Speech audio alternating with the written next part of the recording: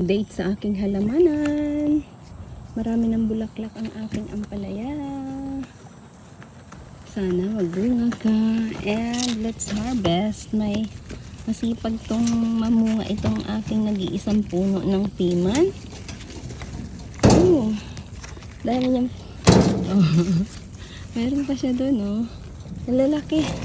May 3 akong harvest for today. Tatlo. Harvest natin ang aking cucumber, ang aking piman.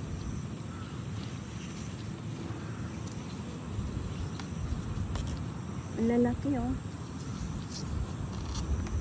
Pwede na ako magluto ng chinjay rose.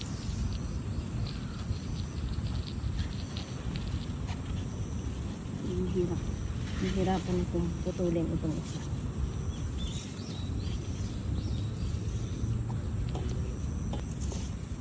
Ayan. So, pwede na ako magluto ng chinjay rose. Diba? Tatlo ako. Ang lalaki. Lalaki niya.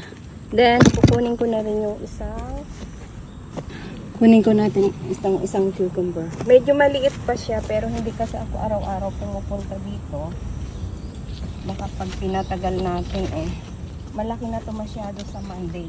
Sa Monday pa ulit ako makakabalik. So, medyo maliit pa, pero I need to harvest na. Lalaki pa to. Sky, mas. Maday pa, sky, mas.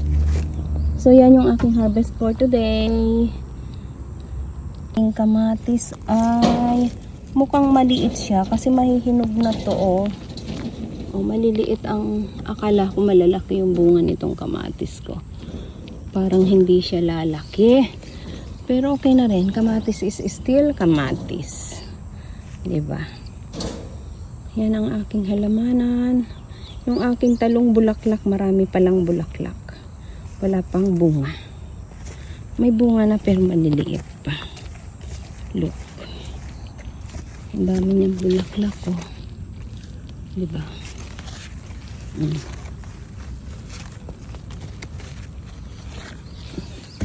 Ayan ang mga bulaklak ng aking talong. May mga bulaklak siya. Especially here, ang maraming bulaklak ng talong. Sana bunga. Bunga po kayo. Payo ng kalapit farmer ko dito na tanggalin daw ang bulaklak ng potatoes. Guys, tatanggalin ko itong mga bulaklak ng aking Tanim na potatoes dahil po, syempre hindi naman talaga tayo farmers and makikinig tayo sa advice ng aming mga kapitbahay dito na kapag yan pala daw bulaklak na yan, ay maganda naman siya tingnan. Pero yung nutrients na dapat sana napupunta sa bunga ng potatoes is na inaagaw nitong bulaklak na to. So, kinakat ko na po siya para gumanda ang bunga ng aking potatoes. So, yun lang po ang tips ko. Yung mga hindi pa po nakakaalam dyan na tulad ko, susubukan po natin na kung talagang gaganda ang bunga niya. Pero last year naman, maganda rin yung bunga ng aking potatoes kahit hindi ko tinanggalan ng bulaklak. Pero dahil ngayon na tinanggalan ko, malay natin, baka mas gumanda ang bunga. That's all po. So, ayan, wala na siyang bulaklak.